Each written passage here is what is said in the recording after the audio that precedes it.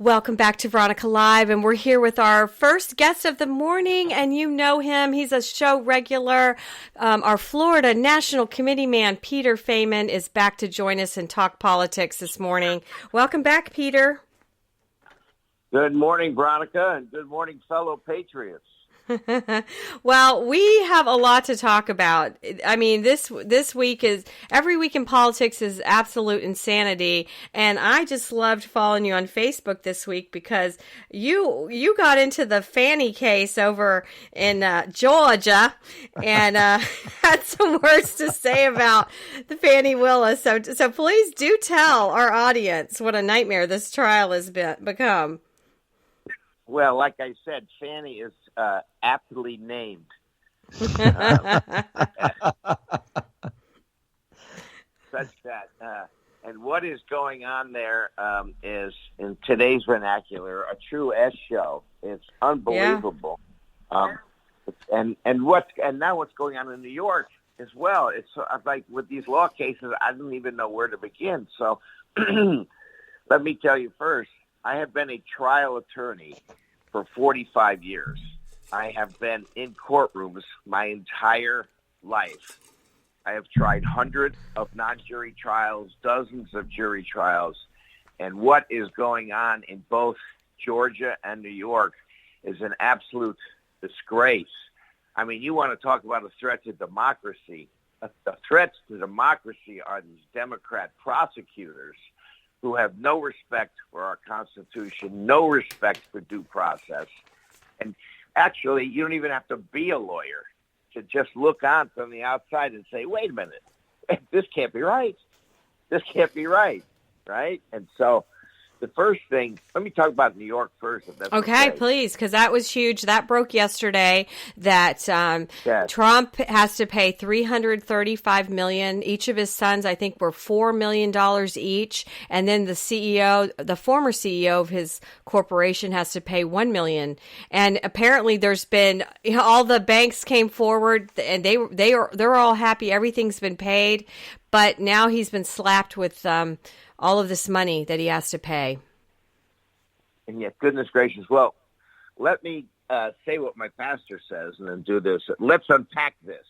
He'd take a scripture verse. Then he'd say, okay, let's unpack this. So this is no scripture verse. This is an abomination. But let's unpack this abomination if we can. So the first thing is the prosecutor in New York. She literally campaigned on getting Trump. Now, then she gets elected, and then she finds this statute which doesn't apply to, quote, get Trump. The first thing that should have happened is she should have been disqualified. Excuse me, I got a little bit of a throat going on. She should have been disqualified because it shows right away from her campaign that she had no interest in justice. She had no interest in doing the right thing. She only had an interest in getting an individual. That should disqualify you right there as a prosecutor. So that's step number one. That's wrong. Step number two, in any civil case, to bring a lawsuit. And I brought a few in my day, like that Farmers Insurance commercial. I've seen a thing or two in a court of law. There's two parts to every case. Number one, liability. Number two, damages. And you have to have both. So somebody can be careless and reckless and bang into your car driving 100 miles an hour. But if by some miracle there's no damage to you in the car, there's no lawsuit. No matter how reckless you are, because you have to have the two components. You have to have liability. Liability means you did something wrong. You were careless. You were reckless. You were wrong in some action. But it doesn't matter if you didn't hurt anybody. There's no damages. Without damages, you have no case. So in this case, there's no damages. Nobody got hurt, like you said earlier, Veronica. The bankers came in and testified and said, paid back every dime you borrowed. Didn't matter whether he said Mar-a-Lago was worth $11 million or $110 million. He paid everything back timely. And so there's no problem here. That's why, another reason why the case should have been thrown out. There's no damages. Number 3, he got sued under a consumer protection statute, which means that consumers have been wrong because some guy came to your house and sold you oil that was going to keep you alive for 1,000,000 years, and of course you died the next day after you bought his oil. So the state steps in. The state then has the right to step in and say, I'm going to sue on behalf of all of these victims who bought that snake oil, and we're going to represent them, and then we're going to sue, and we're going to recover money on their behalf, and then we'll give that money to those victims. Okay, so here the judge says, yeah, you got to pay that money. Who are the victims? Who are you going to pay that money to? Well, he ordered that it gets paid to the state. Well, the state's not a victim here. The state was never damaged. You don't get to sue somebody on behalf of people who don't exist and then keep the money. This is an example of fascism. The state is suing you to collect money in compensation for what? For nothing. This is absolute, unadulterated fascism. They just want a political opponent silenced. So they sue him out of whole cloth. Nothing. There's nothing. So that's number 3.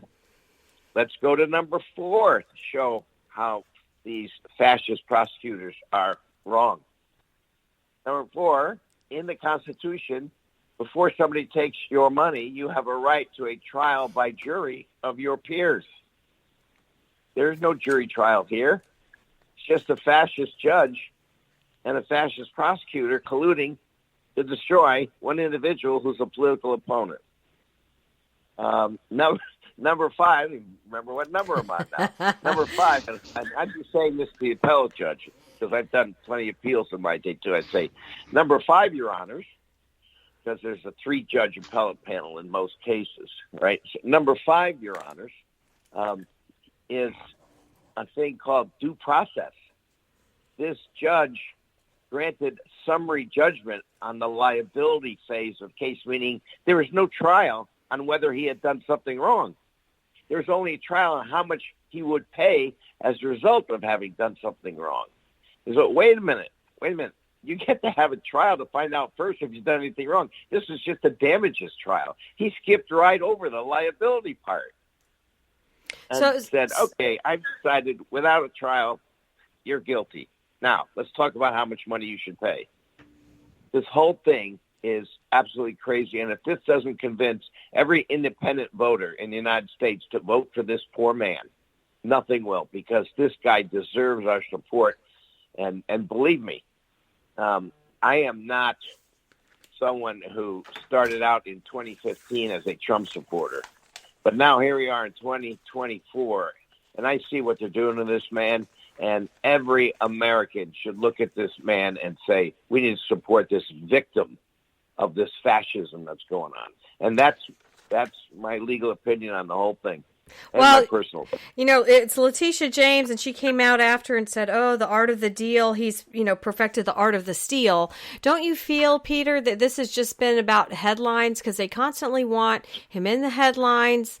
And, of course, yesterday that they save it for a Friday afternoon to just go everywhere. Right. And, yeah, that's despicable.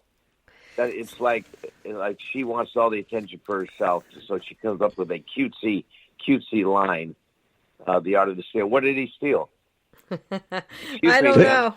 So Peter, what's going on with our legal system? I mean, it seems like we're now divided the legal system, which was supposedly justice is blind, and we seem to have a Democrat legal system and a Republican legal system, and it just depends on where you're being charged. If you're being charged in New York, Washington, D.C., or a big city like Atlanta, and you're a Republican, you're toast. Just political fact, And when would he have to pay that $400 million? Is it right away, or you just appeal and then? So when does he have to pay that? Normally, what you have to do is you have to post a bond, and the bond means you find a bonding company and you pledge it's like a bail bond kind of thing. so that you don't have to pay the whole thing. You pledge assets to a bonding company, and then you pay a percentage of money to the bonding company, and the bonding company puts up the money in the registry of the court. So it's like buying an insurance policy. You pay 10% on what's due. Okay. And then you mortgage your assets. Got kind of thing in the event that this ever happens. Does that make sense? That makes pure sense. But then back to John's question about the Democrats versus Republican, depending on what city you land in. It's the two-tiered justice system is what everybody's talking about. And that is the end of democracy. That's the end of the republic. That's the end of a free society. When you can't count on the, quote, justice system. And, one of the 7 virtues in Catholicism is justice. And when you don't have justice, then evil reigns. And that's what we have right now. And that signals to me more than anything, and maybe because I've been a lawyer for 45 years, I'm more sensitive to it. That signals to me the danger that we're coming to possibly the end of a free society. I feel that way. That's how serious. That's how serious this is. We all know that societies, democratic republics, historically, generally don't last, or constitutional republics don't last for more than a couple hundred years. And it's going to be up to the people right now in 2024 to rise up, as Trump said on January 6th, peacefully, but rise up on, that's another bogus prosecution of Mr. Trump, is that whole January 6th thing. And then, there's just so much going on. We have to stand on our rooftops, shout from the mountaintops and say, people, wake up. We're about to lose our free constitutional republic.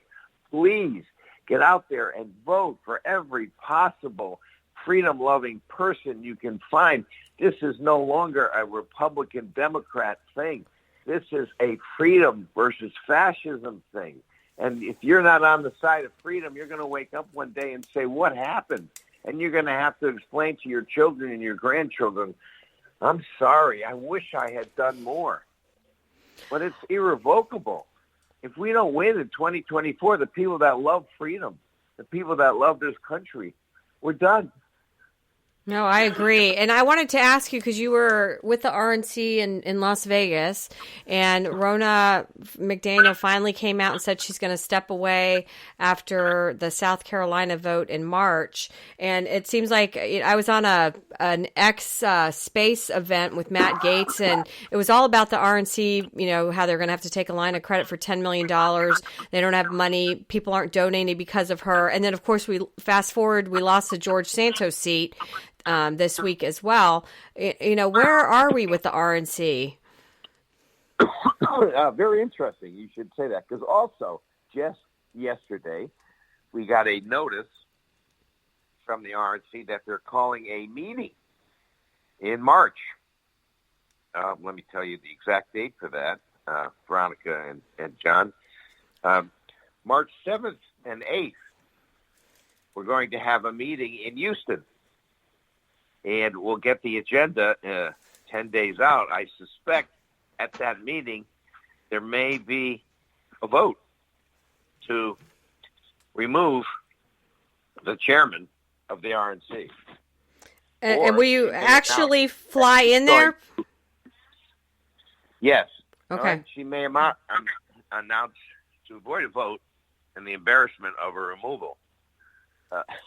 The embarrassment of removal, goodness gracious. That brings us back to a party a little closer to home, Florida, but that's for another discussion. So she may then very well resign. And I'm going to go out on a limb. I'm going to predict she's going to resign on Friday, March 8th, 2024. Good. So Peter, what's going on with I've seen, was it Laura Trump has been mentioned as a possible co-chair. For people that understand, the RNC has a chairman and a co-chairman, or two co-chairmen, a man and a woman. representative, and Sharon Day from Florida, our former National Committee woman, was co-chair with Rance Priebus previously. But what do you think of that? And who do you think the leading contenders would be to replace her?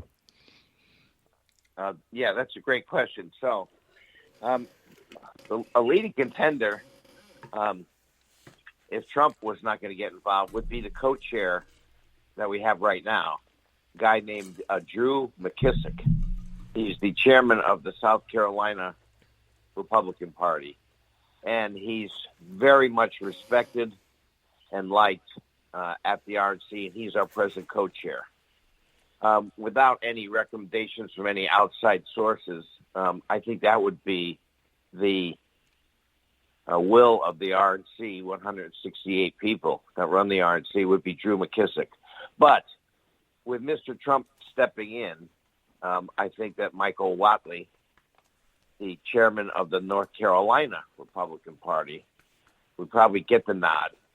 And then now that Lord Trump's name has been floated, my first reaction was, you know what? I'm not sure I like that because it smacks of nepotism, and people don't like those kind of things in the United States. But then I had the opportunity to see her on a couple of talk shows on TV, and she's pretty good, and she's pretty articulate. I would say, Peter, she's definitely been out there fighting for her father-in-law now for several years, because she's been a regular on Fox News forever. So, I mean, she's been strong. What about the George Santos seat now going to a Dem, and then the Republican woman they put forward wasn't a Trumper? You know, it's such a disaster. I can't believe we lost that seat. And again, you know, it was RNC, I feel like, didn't help with this. Yeah, I don't know about the RNC's involvement, but I can tell you about her candidacy. Here's the problem. She equivocated. People are looking for somebody who stands for something clearly and forcefully. She equivocated about her support for Trump. She equivocated on immigration. She wasn't strong. People are desperately looking for somebody that's strong and not afraid to stand up for his or her beliefs. And so the base didn't come out because they don't want another rhino. People are looking for people that are going to stand for something clearly and strongly. And that's one of the reasons Ronald Reagan was so popular within our base and then brought the independents over, is because they may not have agreed with him on every issue, but they respected that he was not going to be a wishy-washy person. And people want right now moral clarity and true leadership. And if you don't offer that, then people are going to walk away. I think that's what happened. I don't think it was our message. I think it was our messenger in that case. So the Florida Republican Party just had their annual meeting recently, and I guess they elected a new National Committeeman to you're retiring, right? And I guess Joe Booters is... Wait a minute, John. Whoa. Maybe I missed that up. The word retirement is an anathema to me. Believe me, I understand that. I gotta look that word up, Peter. Anathema, yeah. Okay. And so what I decided, John, not to run for a fourth term for a couple of reasons. 12 years as National Committeeman, I felt I did things well enough that it was time for somebody else, new leadership. I believe in term limits, and I like to be a man of what I say is what I believe, and what I believe is what I say. That's number one. Number two, I still believe that God has plans for me at some level to be an influencer for him in the political arena. And so I'm just waiting on God's call for my next adventure for his glory and his benefit, because we all know that we're in a battle. We're in a battle to save this republic founded and anointed by God himself. And the battle that we're in, John, is every bit a spiritual battle as much as a political battle. And the spiritual warfare that we're in now is something I've never seen in my lifetime in the political arena. And the battle is being played out in the political arena between good and evil. So I'm still. You're still a warrior for God here. Yes, and Peter, that's one thing I've always loved about you is you are so articulate in identifying what the real basis of this battle is, and it is good versus evil, and good and evil does exist, and I'm convinced that the Democrat Party needs to be destroyed. It is evil, and literally, needs to be destroyed. There is nothing redeeming about the Democrat Party as far as our country is concerned. The old Democrat Party from the 60s, that's not what we have now. What we have now are the communists, the fascists. That is the modern Democrat Party. And to me, its destruction is essential to the survival of our country.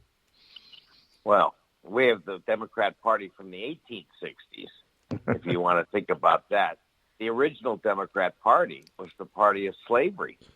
The original Democrat Party was the party of the Ku Klux Klan. Yep. The original Democrat Party was the party of Jim Crow.